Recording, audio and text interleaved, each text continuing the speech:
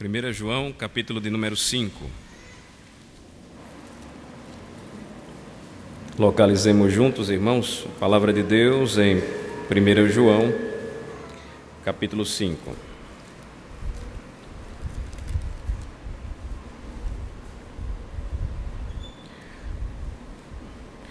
Nós concluiremos hoje o estudo dos 5 primeiros versículos, que trataram primeiramente sobre o amor a Deus, o amor aos irmãos e a guarda dos mandamentos.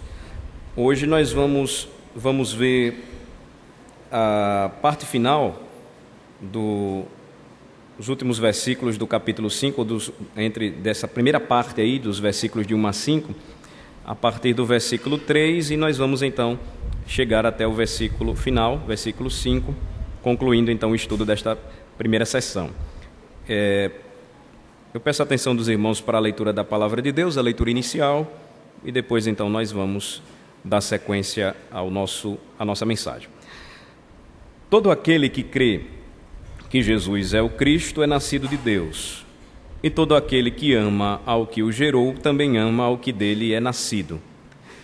Nisto conhecemos que amamos os filhos de Deus, quando amamos a Deus e praticamos os seus mandamentos. Porque este é o amor de Deus, que guardemos os seus mandamentos. Ora, os seus mandamentos não são penosos, porque todo o que é nascido de Deus vence o mundo, e esta é a vitória que vence o mundo, a nossa fé. Quem é o que vence o mundo, senão aquele que crê ser Jesus, o Filho de Deus? Senhor, dá-nos o entendimento e a compreensão necessárias para aprendermos mais da Tua Santa Palavra e assim, Senhor, conhecendo mais a Cristo, termos a cada dia profunda e viva comunhão com Ele. Guarda-nos, ó Senhor, nesta hora dos maus pensamentos, das distrações, das inquietações da nossa própria alma, as vacilações da nossa própria fé, mas que confiemos no Senhor e, mais uma vez, assentados, estejamos, ó Senhor, todos nós desejosos de ouvir-te falar. Em nome de Jesus é que oramos. Amém. Amém. No versículo de número 3, que foi o versículo onde paramos, nós ficamos de trabalhar um pouco, de explicar um pouco para os irmãos a parte final deste versículo. Então, eu convido os irmãos a lermos juntos o versículo 3, e aí nós iremos explicar a parte final e prosseguir para os versículos mais novos, os versículos agora posteriores. Vamos ler juntos o versículo 3, vamos lá. Porque este é o amor de Deus, que guardemos os seus mandamentos. Ora, os seus mandamentos não são penosos. Então, se alguém perguntasse a João, o apóstolo, em que consiste o amor de Deus, a resposta já estava aqui no versículo 3, na primeira parte. Porque este é o amor de Deus. Verifiquem novamente comigo o versículo 3. Ele diz, porque este é o amor de Deus, que guardemos os seus mandamentos. Então, quem ama a Deus, guardará os seus mandamentos. Quem ama a Deus não terá outros deuses diante dele, não fará imagens de escultura para si, não tomará o nome de Deus em vão, respeitará e guardará o dia solene do sábado, o dia de descanso do povo de Deus, não irá ou confrontará os mandamentos do Senhor, quando, olhando para o seu próximo, não desejar tirar a sua própria vida, tomar a esposa do seu próximo, mentir contra o seu próximo, enganá-lo, enfim. O tema do amor e da santidade, nós vamos perceber, estão muito claros na linguagem do apóstolo João, protegendo a igreja dos falsos mestres e de seus falsos ensinos. Logo, ele diz que o amor de Deus, ele consiste em uma vida de obediência aos mandamentos de Deus. E aí, para completar, ele acrescenta o seguinte, na continuação do versículo 3, olhem novamente comigo, ele diz: ora, os seus mandamentos não são penosos. Literalmente, ora, os seus mandamentos não são pesados. Então, notem que o apóstolo antecipa a reação de seus leitores, de que guardar os mandamentos de Deus é impossível, ou ainda que seja algo muito pesado de se carregar, um fardo muito pesado de se levar. Porque, na realidade, a reação natural do homem é sempre considerar os mandamentos de Deus extremamente pesados, difíceis de se obedecer. Mas notem que, ao contrário do que muitas vezes nós pensamos, o próprio Deus nos ensina em sua palavra que quem o ama também ama a sua lei. Aí nós vamos observar pelo menos duas passagens bíblicas aqui que eu sugiro para a nossa reflexão. Deixem 1 João marcado. Vamos para o quinto livro da Bíblia, livro de Deuteronômio, capítulo 10. Deuteronômio, capítulo 10. Vejam só.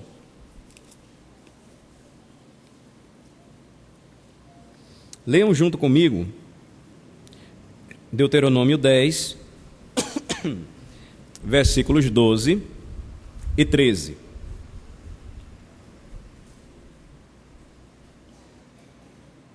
Vamos ler?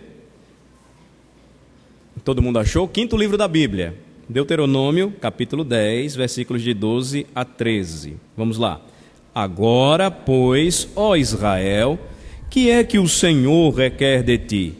Não é que temas o Senhor teu Deus, e andes em todos os seus caminhos, e o ames, e sirvas ao Senhor teu Deus de todo o teu coração e de toda a tua alma, para guardares os mandamentos do Senhor e os seus estatutos que hoje te ordeno para o teu bem? Então, quem ama a Deus, ama também a sua lei, porque amar e servir a Deus envolve de todo o coração a obediência ou obedecê-lo.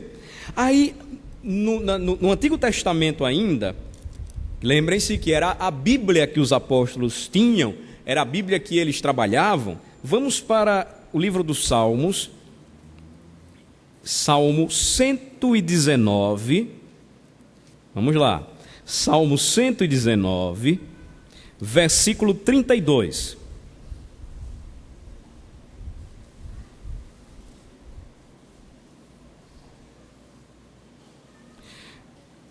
Salmo 119, versículo 32. Vamos ler? Vamos lá? Percorrerei o caminho dos teus mandamentos, quando me alegrares o coração. Notem que a relação entre o crente e a lei de Deus nunca é uma relação em que o crente entende que os mandamentos do Senhor são pesados, são difíceis, são penosos, porque a própria orientação bíblica já lhe ensina que o prazer agora que ele encontra, ou a satisfação que ele encontrou em Deus, o leva à obediência. Percebam que está condicionada aqui, segundo o versículo 32, a alegria do coração do crente, daquele que teme a Deus, ao percorrer ou a seguir o caminho dos mandamentos do Senhor, da palavra do Senhor. Então, não há incompatibilidade, mas na realidade, um antigo comentarista da Bíblia, do Antigo Testamento, já disse isso, que o amor a Deus torna os seus mandamentos leves. Assim como um filho, quando ama a seu pai, ele tem prazer em obedecê-lo, do mesmo modo, quem ama a Deus agora percebe que os seus mandamentos se tornaram leves para ele. Existe uma parte da doutrina bíblica, da teologia bíblica e reformada, que nos ensina sobre os três usos da lei. E dentre esses três usos, dentre as três finalidades da lei, para o cristão, a terceira e última, ela é bem bonita, Porque ela diz que a lei de Deus, que antes confrontava o homem pecador, porém transformado agora em nova criatura em Cristo, não mais se torna um mandamento pesado ou preceitos que o sobrecarregam, mas a lei de Deus se torna uma regra para a vida cristã. É um terceiro e magnífico uso. E o interesse do apóstolo Paulo, então, é negar que os mandamentos sejam penosos. Por quê? Porque certamente os falsos mestres estavam dizendo que havia uma diferença aí, que na realidade o crente não deveria obedecer os mandamentos de Deus. Ele deveria esquecer estes mandamentos e viver a sua vida em liberdade.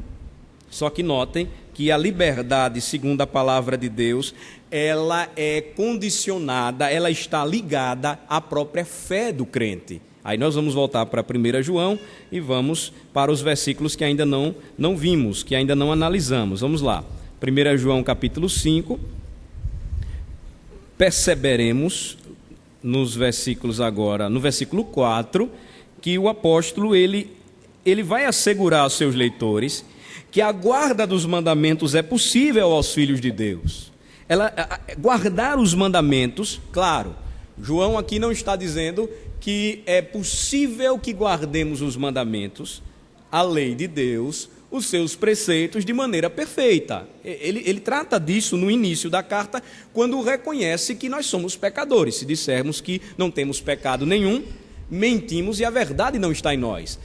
Mas o que ele está querendo afirmar é que agora o meu livro, o meu manual ético, espiritual, para a minha vida cristã, torna-se real quando eu acredito que a Bíblia é a palavra de Deus, porque encontrei nela Jesus Cristo, e agora caminho de maneira diferente. Eu recebi do Senhor um dom precioso. Vejam só, João vai explicar isso, dizendo que a guarda dos mandamentos é possível aos filhos de Deus. Por quê? Vamos ler o versículo 4 juntos, vamos lá. Porque todo que é nascido de Deus vence o mundo, e esta é a vitória que vence o mundo, a nossa fé. Então João, ele vai assegurar, ele vai garantir que é possível a mim e a vocês, nós que somos filhos de Deus, guardarmos os mandamentos do Senhor, porque todo que é nascido de Deus vence o mundo. Então, quem é nascido de Deus pela fé em Jesus Cristo, está aí no versículo 1. Lembrem-se aí, capítulo 5, versículo 1. Quem é nascido de Deus pela fé em Jesus Cristo recebe poder para vencer as forças hostis do mundo que se unem para impedir que o crente viva na obediência do Senhor. João já havia tratado disso quando ele diz que os filhos de Deus, eles são vencedores do maligno. Eles vencem o maligno, eles vencem os falsos profetas, e agora ele acrescenta a vitória deles sobre o mundo. Agora, percebam que a expressão aqui, mundo, não é uma referência ao universo, não é uma referência à criação de Deus. A palavra aqui, mundo, é uma referência, mais uma vez, à humanidade decaída, inimiga de Deus, que rejeita e quebra todos os seus mandamentos, com seus próprios valores morais e suas próprias religiões, escravizada ao pecado, em trevas, aprisionada, enganada pelos falsos profetas e cegada pelo diabo. Então, o nascido de Deus vence o mundo e o seu sistema caído. E o mundo, segundo o apóstolo João, nós vimos isso no capítulo 2, está passando. De modo que o crente, ele aguarda o juízo vindouro, e ele sabe que é vitorioso porque ele está em Cristo Jesus. Ele não será enganado nem pelo maligno, ele não será enganado nem pelos falsos profetas, e ele também vencerá o mundo. O que significa vencer o mundo é não mais amá-lo, nem mais sentir prazer nas coisas que há no mundo. Vejam comigo capítulo 2 aí de 1 João, aí mesmo nesta carta, só para a gente lembrar, porque é importante. capítulo 2, versículos de 15 a 17. Vejam só que interessante. Só para a gente lembrar, reforçar a nossa fé. Versículos 15 a 17 aí do capítulo 2, eu convido vocês a lerem comigo. Vamos lá, irmãos, vamos ler. Não ameis o mundo, nem as coisas que há no mundo. Se alguém amar o mundo, o amor do Pai não está nele. Porque tudo o que há no mundo, a concupiscência da carne, a concupiscência dos olhos e a soberba da vida, não procede do Pai, mas procede do mundo. Ora, o mundo passa, bem como a sua concupiscência. Aquele, porém, que faz a vontade de Deus, permanece eternamente. Então, não amar o mundo, irmãos, não é uma implicação que quebra o segundo grande mandamento que nos diz que nós devemos amar ao nosso próximo como a nós mesmos. Não amar o mundo aí, a própria Escritura nos explica, não sentir prazer naquilo que há no mundo, seus valores morais corrompidos, suas religiões distorcidas, sua escravidão ao pecado, em trevas, seguir o engano dos falsos mestres, enfim. Não amar o mundo significa não amar a concupiscência da carne, o desejo desenfreado da natureza humana por pecar contra Deus, a concupiscência dos olhos, ou seja, o desejo desenfreado de transgredir a lei de Deus e quebrar esses mandamentos, desejando aquilo que não é nosso, por exemplo, desejando o mal ao nosso próximo, desejando a nossa própria glória e não a glória de Deus. É não amar a soberba da vida. Os homens, por conta da sua própria soberba, se esquecem de Deus. E essas coisas, elas procedem do mundo. E quem ama essas coisas, não ama ao Pai. Notem como nós somos desafiados a confiarmos em Deus, porque todo o que é nascido de Deus vence o mundo. E vencer o mundo é não amá-lo e nem as coisas que há nele, e assim escapar da condenação que aguarda o mundo. O nosso Senhor Jesus Cristo também nos deixou uma importante lição. Vencer o mundo é resistir aos poderes malignos que operam nele e que tentam levar o cristão a desviar-se de Deus. Quando nós olhamos o exemplo do nosso próprio Salvador Jesus Cristo, que venceu o mundo, nós percebemos que ele resistiu às tentações e às contradições dos pecadores. Nós somos chamados a fazer a mesma coisa. Nós não somos chamados a odiar o nosso próximo, mas nós somos chamados a viver segundo os mandamentos de Deus. E isto é contrariar o mundo. E isto é dizer não aos valores do nosso mundo. E isto é afirmar que nós pertencemos a um reino que não faz parte de fato a este sistema em que nós estamos inseridos ou em que vivemos. Então, os discípulos de Jesus, igualmente, meus queridos irmãos e irmãs, vencem o mundo quando permanecem firmes contra os falsos mestres ou os falsos ensinos e as tentações de se amoldarem ao mundo, seguindo em obediência os mandamentos do Senhor. E vejam só, nós não vencemos o mundo por força ou mérito. Não devemos acreditar que a nossa vitória sobre o mundo se dá porque durante a semana eu me mantenho íntegro, eu procuro ser uma pessoa honesta e direita, e todos os domingos eu venho para a igreja ouvir sermões. Não pensemos que a nossa vitória sobre o mundo se dá por nossa própria força ou por nossos próprios méritos. Quando nós olhamos para 1 João capítulo 5, versículo 3, a explicação está aí, ou versículo 4, a explicação está aí muito clara para nós. Nós vencemos o mundo porque somos nascidos de Deus. Diz o apóstolo João, porque todo o que é nascido de Deus vence o mundo. Agora lembrem-se do que ele registrou em seu próprio evangelho: os quais não nasceram da vontade do sangue, nem da carne, nem do homem, mas de Deus. Então, para a gente concluir, caminhando mais à frente ou um pouco mais adiante, nós percebemos que a vitória vem mediante a fé. Final do versículo 4 diz: e esta é a vitória que vence o mundo, a nossa fé.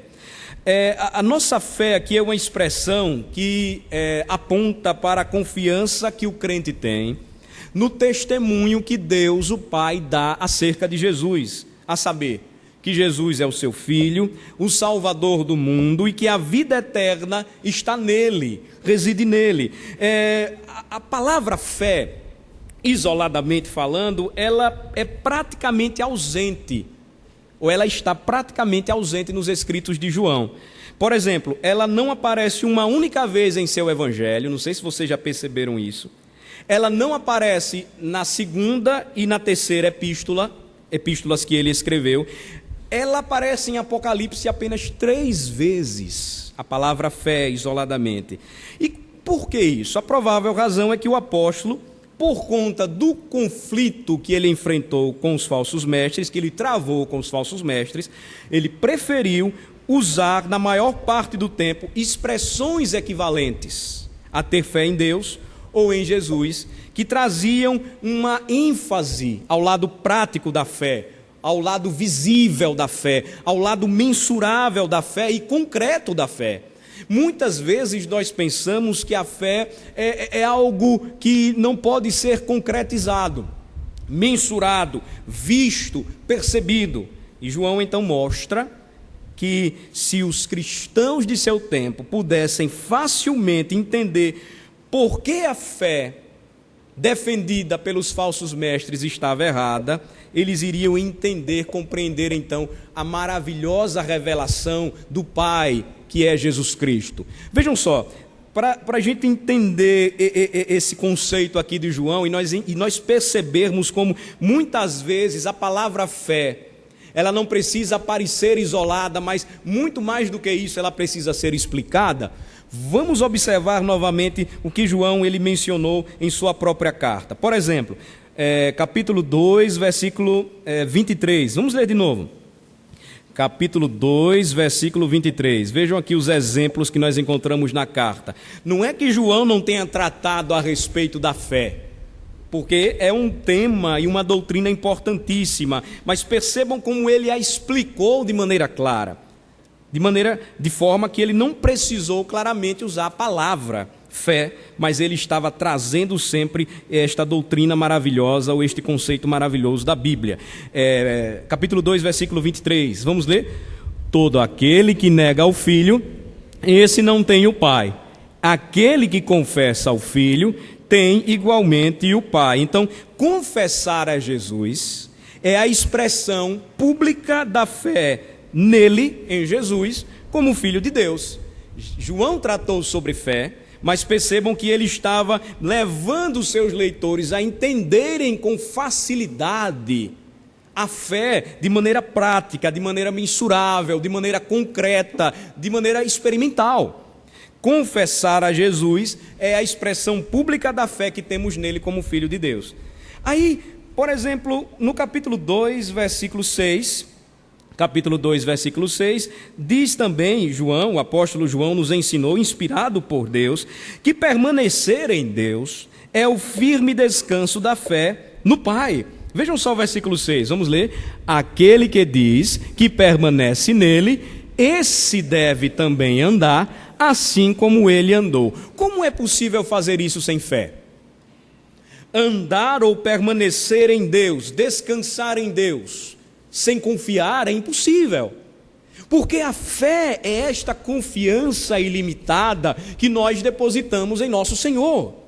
Então João trata mais uma vez a respeito da fé, mas ele prossegue, ele diz que ter fé é manter comunhão com os apóstolos e também com Deus, que é um identificador de que nós somos testemunhas do Pai acerca do Filho. Capítulo 1, versículos 3 e 6. Versículos 3 e 6 do capítulo 1. Ele diz que manter comunhão com os apóstolos e com Deus é a identificação da fé. com aqueles que são testemunhas do Pai acerca do Filho. Vamos ler o versículo 3. O que temos visto e ouvido, anunciamos também a vós outros, para que vós igualmente mantenhais comunhão conosco. Ora, a nossa comunhão é com o Pai e com o seu Filho, Jesus Cristo. Versículo 6. Se dissermos que mantemos comunhão com Ele e andarmos nas trevas, mentimos e não praticamos a verdade. Então, mais uma vez, João trata sobre a fé, dizendo que manter comunhão com os apóstolos, ou seja, perseverar na mesma doutrina, crer nos seus ensinamentos como recebidos do Senhor Jesus Cristo e manter comunhão com Deus, é uma identificação muito forte de que nós estamos ligados ao Pai através do seu Filho Jesus Cristo. E finalmente, por exemplo, o último exemplo aqui, ter esperança e confiança é o fruto da fé. É o fruto da fé. No capítulo 3, versículo 3, diz o apóstolo João. Capítulo 3, versículo 3.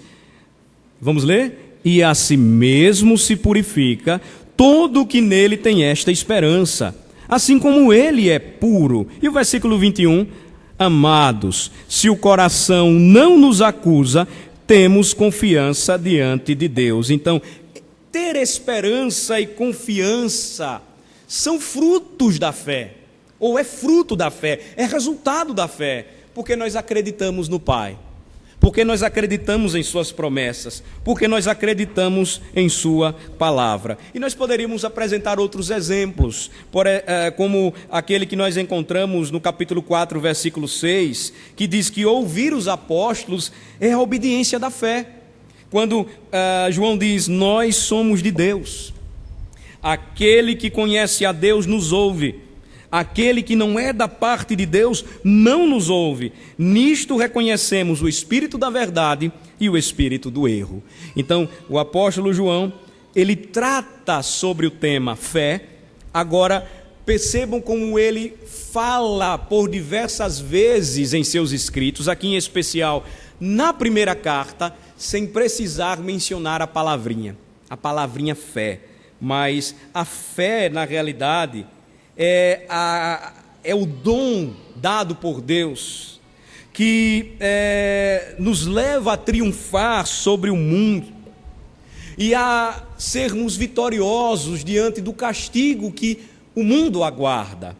Nós voltamos para 1 João, ou aí em 1 João voltamos para o capítulo 5, e a conclusão, então, no versículo 5, nos diz que somente estes, nascidos de Deus, que têm fé em Jesus Cristo, haverão de triunfar sobre o mundo e triunfar sobre o castigo que o aguarda. Vamos ler o versículo 5, vamos lá? Quem é o que vence o mundo, senão aquele que crê ser Jesus, o Filho de Deus? Crer é ter fé, não é verdade? O que João está dizendo aqui é que a vitória da fé cristã sobre o mundo consiste em proporcionar aos que creem o livramento da condenação a qual o mundo está sujeito por causa do seu pecado. Jesus Cristo, nosso Senhor, disse que o pecado do mundo consistia na incredulidade quanto a ele. O mundo não o recebeu, o mundo não o aceitou, mesmo contemplando aquilo que ele havia feito, resolveu rejeitá-lo. Está escrito, os irmãos podem conferir depois no evangelho do próprio apóstolo, evangelho de João, capítulo 15, a partir do versículo 22, capítulo 16, a partir do versículo 8. Então, a incredulidade e a consequência da incredulidade, que é rejeitar a Cristo, é o que traz condenação e juízo a este mundo. Irmãos, isso é tão importante que eu gostaria que vocês abrissem comigo, porque se vocês puderem marcar estas passagens, façam. Vamos para João 15. Eu não posso deixar de ler com vocês, porque o que vai condenar este mundo e que trará juízo sobre este mundo é a falta de fé. A falta de fé no Filho de Deus. João 15, versículos 22 a 24.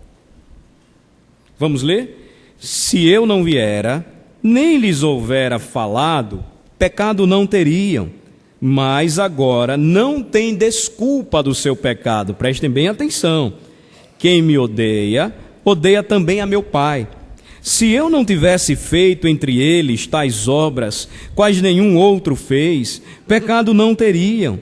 Mas agora, não somente têm eles visto, mas também odiado tanto a mim como a meu Pai. Então, a condenação e o juízo sobre este mundo se dará por causa da incredulidade dos homens, da falta de fé deles no Filho de Deus. E a incredulidade, queridos irmãos, resulta em rejeição ao nome de Cristo. E isso é tão sério que nós deveríamos chorar por este mundo caído, onde nós percebemos a humanidade cada dia mais se destruindo, os homens cada vez mais ansiando e salivando pelo poder e rejeitando a Cristo por sua incredulidade, seguindo as paixões de seu próprio coração. Rejeitam os mandamentos de Deus e, em outras palavras, dizem: eu não quero saber de Jesus Cristo. Isso deveria nos fazer chorar, irmãos, e corar de vergonha, quando nós olhamos para os nossos próprios atos e percebemos que somos um traje real, verdadeiro, por vezes, quando afirmamos que somos cristãos e agimos como incrédulos, e rejeitamos a palavra de Cristo, os seus mandamentos, aquilo que Ele preparou para nós. A incredulidade e a consequente rejeição de Cristo é o que traz condenação e juízo a este mundo. Agora percebam que promessa gloriosa é dada para os que creem em Jesus. Os que creem em Jesus, nos diz João 5,24, que passagem bonita. João 5,24, aí no Evangelho mesmo, é outra passagem que nós deveríamos marcar, para que todas as vezes que fôssemos tentados à incredulidade e à consequente rejeição a Cristo, não fizéssemos isso. Porque vejam que promessa gloriosa encontramos no Evangelho de João, capítulo 5, versículo 24. Vamos ler juntos, vamos ler, irmãos. Em verdade vos digo, quem ouve a minha palavra e crê naquele que me enviou, tem a vida eterna. Não entra em juízo, mas passou da morte para a vida. Os que creem, porém, não serão condenados com este mundo. Os que creem não perecerão com este mundo. Os que creem em Jesus herdarão a vida eterna e não sofrerão a condenação terrível que virá sobre todos aqueles que rejeitaram o nome do nosso Senhor. É desta forma que vencemos o mundo, irmãos. Não é da maneira absurda, distorcida, antibíblica e pecaminosa, como muitos falsos mestres têm pregado nos dias de hoje, afirmando que a vitória do cristão é ganhar possessões neste mundo. O Senhor, que é o dono da prata e do ouro, não nega a nós e nos dá muito mais do que precisamos. Ele pode fazer muitos de nós prosperarmos, mas precisamos entender de que maneira devemos aplicar tudo aquilo que o Senhor nos confia como bons mordomos. A nossa vitória sobre este mundo é aquela que Cristo conquistou para nós. Passamos da morte para a vida. Isso se prova quando milionários, bilionários, homens riquíssimos neste mundo gastam todos os seus recursos, mas não conseguem vencer a morte. E em desespero em seus leitos, clamam por socorro, mas por conta de sua própria incredulidade e rejeição a Cristo, caminham para o inferno, porque nunca renderam seus corações a Ele. A nossa vitória, irmãos, não está naquilo que conquistamos nesta vida, Mas o que o Senhor nos dá aqui, assim como concedeu a tantos outros servos de Deus, são bênçãos temporárias e passageiras. O maior e mais precioso presente que temos desceu dos céus, e seu nome é Jesus Cristo. É a vida eterna que Ele nos concedeu, este quinhão, este galardão, este prêmio, este presente que nós temos do nosso Senhor. Então aqui João fecha, ele conclui o círculo que ele havia iniciado no versículo 1, lá de 1 João. Nós podemos voltar para lá e terminar. Não vou mais me delongar, mas percebam que ele começa com a firme, convicta, sincera e real profissão de fé. 1 João 5, versículo 1, todo aquele que crê que Jesus é o Cristo é nascido de Deus.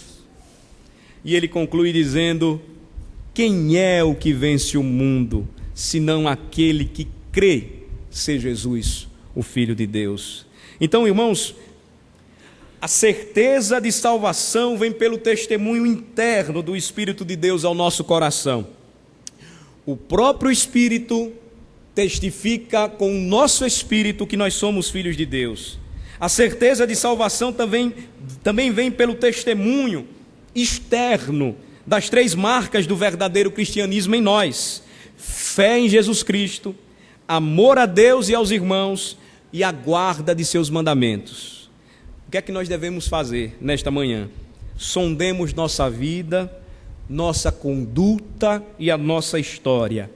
E façamos para nós mesmos a seguinte pergunta: nós temos realmente base para podermos afirmar a nossa salvação? Você tem certeza da sua salvação? Pode sair daqui dizendo que está salvo porque o testemunho interno do Espírito confirma isto em você? Você tem fé em Jesus Cristo porque você ama a Deus e aos irmãos e guarda a palavra de Deus? Faça para você mesmo esta pergunta, assim como eu devo fazê-la também. Segundo lugar, o amor a Deus e aos irmãos se expressa em termos concretos pela obediência à lei de Deus, em particular, em obediência aos 10 mandamentos. Eles servem como um guia de gratidão para nós, para mostrar de que forma podemos expressar o nosso amor a Deus na prática. Aprendamos, portanto, a amar, usando os mandamentos de Deus como um referencial prático para nós. Terceiro e último lugar, o verdadeiro cristão tem prazer na santidade e na obediência. Não lhe é penoso praticar o que é correto. Oremos a Deus para que Ele nos dê deleite e prazer em sermos santos, justos e retos diante dEle. E que a nossa santidade não seja algo mórbido para nós, algo penoso ou legalista para nós, mas que a nossa santidade seja a expressão do deleite, da satisfação que temos na santidade de Deus, em servir ao nosso Senhor Jesus Cristo, o nosso Rei, o nosso Salvador. Vamos orar. Ó Senhor nosso Deus, nós te rendemos graças. Nós louvamos o teu nome, Senhor, porque somos vitoriosos, passamos da morte para a vida, não por mérito próprio, mas por Jesus Cristo, porque Ele mesmo disse: em verdade vos digo, quem crê na minha palavra, naquele que me enviou, tem a vida eterna, não entra em juízo, mas passou da morte para a vida. Nós te louvamos, Senhor, porque em Cristo Jesus nós somos nascidos, ou nascemos de novo, novas criaturas nós somos, e agora, ó Pai, temos o testemunho interno do Espírito de que somos teus filhos, por adoção lhe pertencemos, e podemos amá-lo, podemos amar a Cristo, ter fé nele, amar aos irmãos, obedecer à tua palavra. Ó Senhor, ajuda-nos a sermos verdadeiro sal e luz para este mundo, a não nos conformarmos com o sistema, valores, religiões, ideias e filosofias corrompidas deste mundo, mas que afirmemos e declaremos a cada dia a nossa fé em Cristo, que o nosso padrão de fé é a palavra de Cristo e que nós não andamos por vista, mas nós continuamos a nossa corrida da fé, olhando firmemente para Cristo, o autor e consumador da nossa trajetória, da nossa vitória, aquele que nos leva para o céu. Obrigado, Senhor Deus, porque temos o privilégio de, nos últimos dias, sermos confortados, sermos animados, sermos consolados e edificados pela Tua palavra, por Cristo Jesus. Amém. Fiquemos de pé, irmãos.